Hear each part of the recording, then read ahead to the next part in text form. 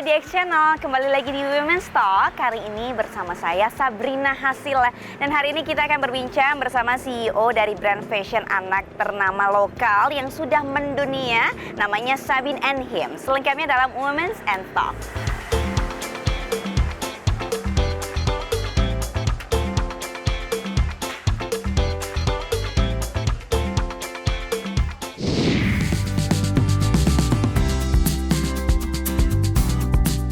Bisnis fashion anak menjadi salah satu prospek usaha yang cukup potensial termasuk bagi pebisnis pemula. Pasalnya, bisnis ini memiliki target pasar yang jelas, serta potensi kebutuhan masyarakat juga tergolong cukup besar. Bahkan pertumbuhan anak yang cenderung cepat membuat kebutuhan akan pakaian terus berjalan. Salah satu pelaku bisnis di industri fashion anak ialah Sabine and Him. Didirikan pada tahun 2018, brand lokal ini khusus menghadirkan fashion untuk anak dengan keunikan kenangan masa kecil yang menjadi ciri khas desain produksinya. Berkonsep charming, classic, dan timeless membuat setiap koleksi dari Sabine and Him cocok digunakan dalam berbagai momen dan aktivitas sehari-hari si kecil. Lantas, bagaimana sejauh ini prospek bisnis fashion anak di Indonesia? Simak perbincangan seru Sabrina Hasila bersama dengan CEO Sabine and Him, Nur Sabrina, hanya di Women's Talk. Ya pemirsa, kita sudah bersama dengan CEO Sabine and Him, Nur Sabrina. Halo. Halo, Kak Syakira. Nur Sabrina dipanggilnya Mbak Bina. Betul. Mbak Bina, mengenai brand Sabine and Him ini, gimana sih awal mula mendirikan brand Sabine and Him? Dari mana nih inspirasinya? Oke, kalau awal terbentuknya Sabine and Him tuh sebenarnya itu iseng-iseng berhadiah ya. Jadi awalnya itu sebenarnya nggak sengaja, tapi bukan juga coba-coba gitu. Di awal itu kita itu membuat Sabine and Him terinspirasi dari kedua buah hati kita awalnya. Waktu tahun 2018 itu aku baru punya anak pertama. Dan saat membuat Sabine and Him itu adalah proses untuk menanti kelahiran anak kedua aku gitu. Terus lagi di momen itu lagi inilah ya, aku sebagai ibu rumah tangga lagi nggak punya banyak kegiatan gitu. Jadi kayak kegiatan apa yang bisa bikin aku tuh melupakan ketakutan mau melahirkan. Biasanya orang-orang kan ibu-ibu itu lumayan takut ya gitu. Akhirnya kayak aku ajak partnerku, suamiku sendiri itu kayak kita bikin bisnis anak yuk gitu, bikin bisnis baju anak yuk apa gitu, untuk sebenarnya sih sesimpel biar anak-anak kita itu ya pakai baju juga yang dari ibu bapaknya buat gitu sendiri sih, daripada harus belanja kan. Saat itu kan harga baju anak lumayan tinggi, jadi kita mau inisiatif itu kayak kita bikin yuk brand baju anak yang kualitasnya nggak kalah dari brand luar tapi harganya affordable, masuk di kantong orang-orang Indonesia lah gitu. Akhirnya namanya apa? Nama anak pertama kan Sabine. Akhirnya kita berpikir buat Sabine dan siapa ya? Kita akhirnya milih kayaknya bagus kalau dipasangin sama Him gitu, karena aku kebetulan waktu itu suka banget sama brand indie namanya She and Him. Gitu. Jadi kayak yaudah deh, anak kedua aku harus Him gitu. Apapun itu pokoknya harus Himnya dulu. Akhirnya kita kayak yaudah nama anak kedua Ibrahim deh, biar match gitu. Jadi Sabine and Him. Sebenarnya ya terbentuknya itu sih karena kita juga pengen, kita tuh suka banget gitu ngelihat anak-anak kita tuh pakai baju yang unik, nggak pasaran, nyaman, tapi apa ya, kayak ada sisi dari keunikan dari kita berduanya gitu lah. Kan kita berdua juga suka banget tuh ya jalan-jalan kemana kita suka kayak melihat ini lucu gitu. Nah di tahun 2018 itu belum banyak sih baju anak yang sepertinya bisa buat kita eksplorasi ke anak kita sendiri. Oke. Tadi kan Mbak Bina sendiri bilang bahwa membuat brand ini, brand baju anak, karena untuk mengisi kegiatan dari hal yang menakutkan itu tadi. Nah, kenapa yang kepikiran itu baju anak selain untuk bikin baju untuk anak sendiri gitu? Kenapa kepikiran baju anak, dan apakah sebelumnya Mbak Bina ini udah menekuni dunia fashion sejak lama begitu sebelum bikin brand ini? Kalau dunia fashion sebenarnya saya nggak punya basic fashion gitu. Cuma ya balik lagi kayak kita tuh mencari baju anak yang unik tapi affordable tuh susah banget gitu. Kayak kok nggak ada ya ketika kita beli gitu, misalkan dulu kita beli di mana, di toko mana gitu kan, dulu zamannya belum ada e-commerce ya, masih sebatas beli via WA gitu. Pas datang kok nggak sesuai dengan harapan kita ya gitu, kayak dengan harga yang dikasih kan harusnya kita dapat kualitas yang baik gitu, tapi ternyata kayak kok kualitas kurang. Jadi kayak kita sebenarnya kita melihat potensi juga di potensi bisnis gitu, kayak kita punya potensi di baju anak ini gitu, karena belum banyak yang sesuai dengan keunikan kita. Kita bilangnya keunikan kita punya standar sendiri untuk membuat baju anak, harus seperti apa, bahannya seperti apa, coraknya seperti apa, warnanya seperti apa. Mungkin ada, tapi balik lagi coraknya nggak sesuai dengan keinginan kita atau terlalu ramai. Terus misalkan ada yang bahannya sesuai yang kita mau tapi warnanya nggak sesuai sama yang kita suka gitu. Jadi kayak sebenarnya kita menjembatani ke-BM-an kita aja ya. Akhirnya kita juga ya, daripada ke-BM-an kita cuma segitu-gitu aja gitu ya, nggak berkembang, jadi kita jualan aja deh sekalian. Siapa tahu di luar sana banyak market niche yang sama kayak kita juga. Dan turns out-nya ternyata banyak peminatnya. Ternyata banyak. Oke. Lalu apa sih tantangan dalam membuat atau membesarkan brand fashion anak ini di Indonesia? Tantangannya sebenarnya itu kalau sekarang ini yang lagi sering kita perbincangkan itu adalah plagiat. Banyak sekali ya, kayak mungkin dari produk yang kita buat itu, membuat produk itu kan tidak mudah ya. Ada dari trial and error-nya, ada dari pemilihan bahan yang kadang bahannya kita udah cocok banget nggak ada, terus tiba-tiba ketika kita udah jadikan satu produk, ternyata dengan mudahnya ada yang copycat. Itu sebenarnya tantangan tersendiri bagi kita.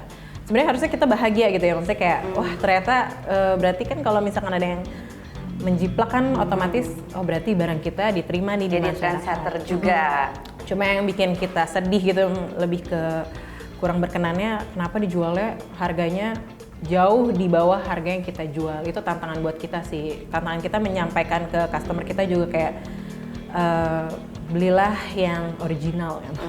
Karena di keoriginalitasan suatu produk itu bukan main ya. Di belakang kita itu ada penjahit yang benar-benar berusaha gitu, yang trial errornya banyak banget. Dan ada harga, ada kualitas. Iya betul, gitu ya. Dari cara kita bikin pattern sendiri kan ini kita bikin sendiri ya. Maksudnya dari awal ide sampai kita jadiin sampel gitu kan prosesnya panjang gitu.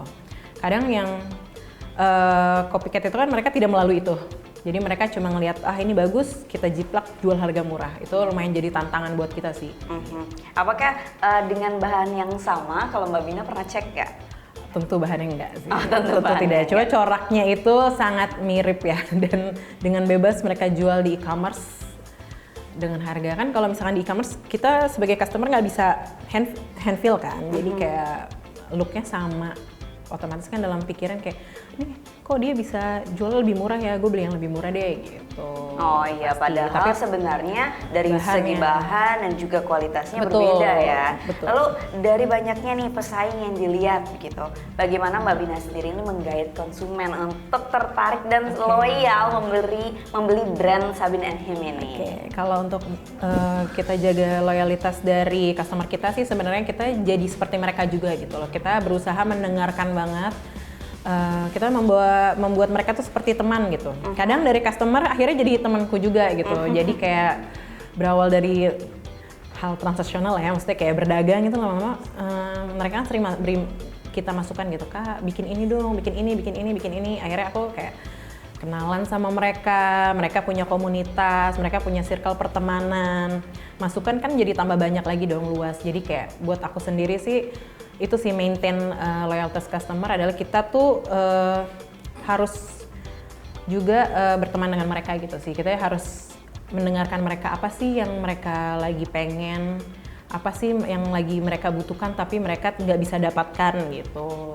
Oke, saya juga penasaran bagaimana nih Mbak Bina akhirnya memperkenalkan Sabin & Him hingga akhirnya sekarang mungkin punya banyak pembelinya dan loyal customernya. Tapi saat lagi, jangan kemana-mana pemirsa, kita akan kembali lagi di Women's Talk sesaat lagi.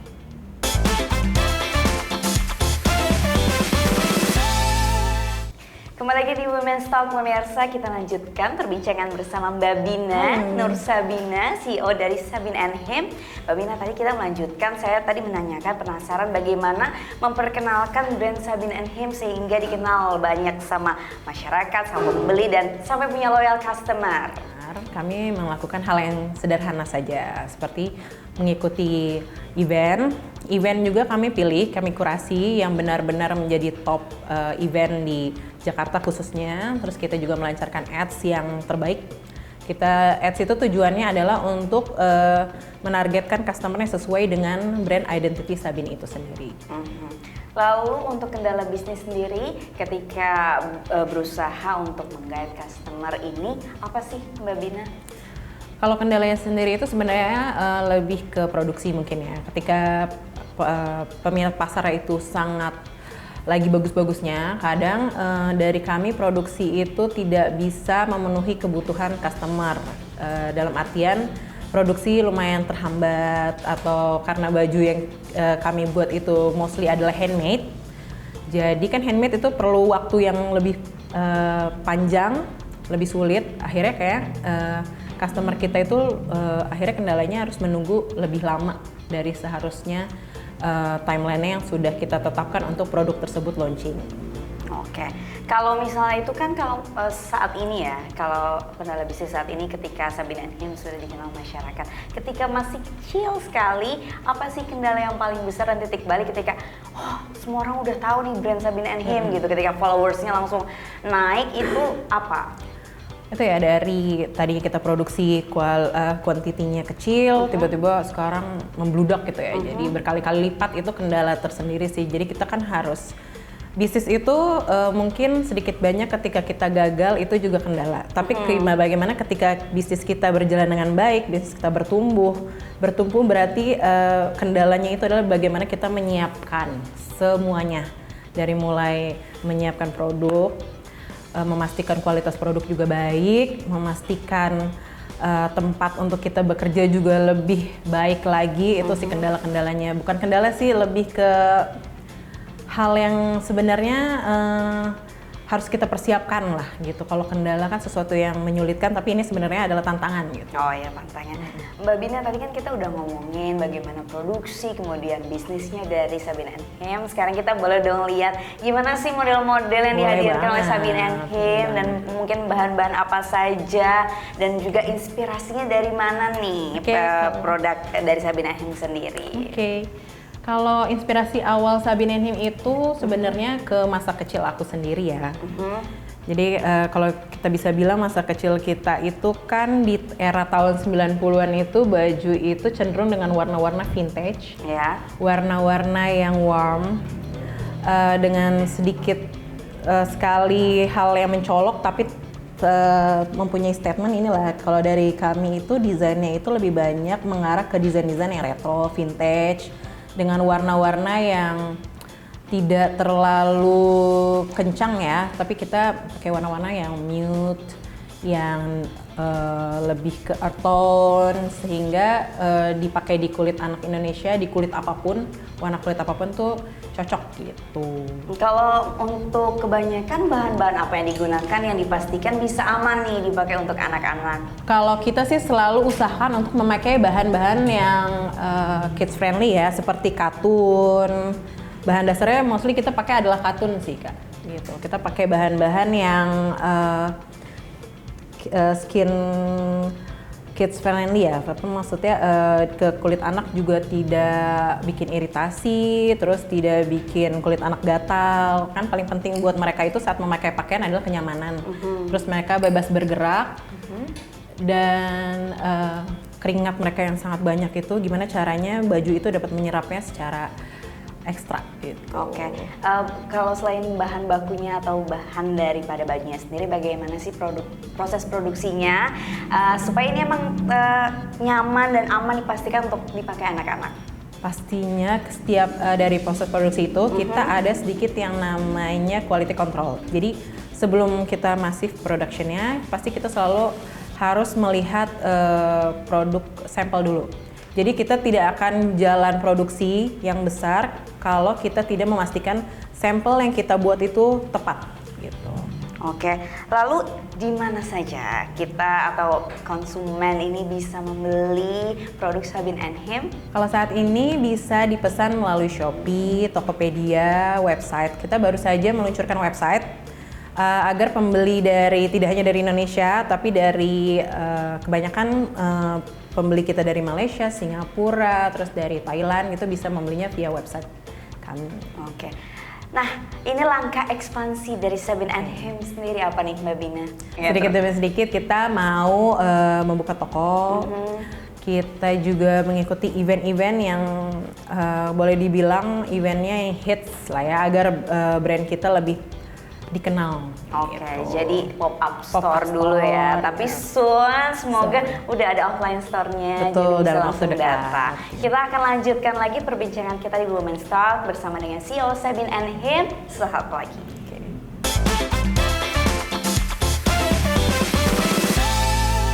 Kembali lagi di Women's Talk bersama saya Sabrina Sila dan juga Nur Sabrina atau Mbak Bina. Nah, Mbak Bina tadi kan kita ngomongin tentang bisnis Mbak Bina sendiri, ya ini Sabin and Him. Nah, sekarang kita mau ngomongin tentang sosok inspiratif dari Mbak Bina sendiri di usia yang termasuk muda nih, sudah membangun bisnis yang besar dan juga mungkin sudah dikenal ya. Brand Sabin and Him ini tidak hanya di Indonesia saja, mungkin di luar negeri ada beberapa negara yang sudah mengenal Sabin and Him. Menurut Mbak Bina sendiri, seperti apa sih sosok Mbak Bina, kepemimpinan Mbak Bina dalam menjalankan bisnis dan usaha yang lumayan cukup besar ini? Kalau untuk aku sendiri, aku itu orangnya lumayan gak suka hal yang serius. Karena menurut aku bisnis aja kita tentang anak-anak gitu. Jadi kalau sebisa mungkin jangan terlalu serius. Serius dalam artian jangan terlalu corporate banget lah ya gitu. Jadi aku membawa kepemimpinanku itu lebih santai, fleksibel, dinamis. Dan aku suka banget hal-hal yang kolaboratif untuk di timku sendiri gitu. Nah, sebagai seorang perempuan, tetapi juga sebagai leader di sebuah perusahaan, Mbak Bina sendiri melihat sebenarnya seperti apa ataupun apa tantangan women leadership dalam membangun sebuah bisnis ataupun dalam hal apapun sebagai pemimpin tapi perempuan gitu. Kalau tantangannya, sebenarnya tantangan kita perempuan yang menjadi pemimpin itu adalah tantangannya sebenarnya banyaknya dari diri kita sendiri. Keraguan-keraguan itu tuh banyak sekali ya, perempuan dan keraguan itu kayak teman baik gitu. Jadi kayak ketika kita mau, kita punya mimpi hal besar, kadang diri kita sendiri gitu yang sering membuat diri kita tuh nggak maju gitu. Kadang dengan bisikan diri sendiri, bisa nggak ya? Kita bisa nggak ya? Kalau omongan orang di luar itu hal yang udah biasa gitu Kak. Kalau orang meragukan kita itu hal biasa. Tapi kalau kita meragukan diri sendiri itu justru yang menjadi tantangan buat kita gitu. Bisa nggak kita tuh terlepas dari keraguan-keraguan diri kita terhadap diri kita sendiri. Itu yang perempuan seringkali menjadi menjadi batu yang membuat kita tersandung. Gitu. Keraguan kita adalah sesuatu yang sebenarnya kita tidak perlu pikirkan. Kalau Mbak Bina sendiri gimana sih cara mengatasi atau menghempas semua keraguan-keraguan itu agar maju terus nih, walaupun saya perempuan tapi saya bisa kok gitu? Sebenarnya lebih banyak yang saya pikirkan adalah masa bodoh gitu. Masa bodoh dengan semua pikiran-pikiran kita yang nggak bikin kita maju, masa bodoh sama omongan orang gitu. Karena kalau kita terlalu mendengarkan orang, kita nggak akan pernah maju. Dan kita nggak akan bisa membuat karya yang jujur, kita nggak akan bisa terbang bebas gitu, karena kita selalu terkekang dengan pendapat orang lain, terkekang dengan diri kita sendiri yang meragukan, itu sih. Bagaimana dengan dukungan keluarga, karena kan ataupun teman-teman, karena kan ada juga orang yang melihat kok perempuan jadi perempuan ambisius sekali sih. Nah, bagaimana kalau Mbak Bina sendiri dukungan dari keluarga ataupun kerabat terdekat? Oke, ambisius. Karena itu juga ya Kak, kadang kita tuh kalau misalkan perempuan dan ambisius tuh kayak kita tuh konotasinya jelek gitu. Padahal ambisius itu kan sesuatu hal yang baik kalau dikelolanya dengan baik gitu. Jadi menurut saya sih nggak ada yang salah dengan ambisius, karena kita hidup cuma sekali, kita punya waktu cuma sekali, ambisius lah dengan sungguh-sungguh dalam hidup ini gitu. Jadi ketika kita punya rasa ambisius yang baik, dukungan dari sekitar kita pun akan kita dapat positif ya Kak gitu, terutama dukungan dari orang tua. Orang tua juga kalau melihat kita nggak nggak ambisius, pasti mereka kan keraguan orang tua tuh akan lebih besar dibanding kita sendiri. Partner kalau kita ragu, keraguan itu akan lebih besar. Jadi itu sih, dukungan dari keluarga itu membuat saya yang sekarang ini lebih ambisius lagi. Lebih ambisius Tapi dalam lagi. arti yang baik ya. Lalu Mbak Bina sendiri kan tadi mengatakan sudah menikah dan memiliki 3 orang anak. Lalu bagaimana menyeimbangkan karir dan juga keluarga nih Mbak Bina? Oke, menyeimbangkan karir dan keluarga itu kalau kita obrolin secara realistis itu sulit sekali ya. Keluarga dan bisnis. Tapi menurut saya itu bukan harus sesuatu yang kita pikirkan, tidak harus kita pilih. Kalau kita bisa jalankan keduanya, kenapa harus memilih salah satu sih? Oh gitu.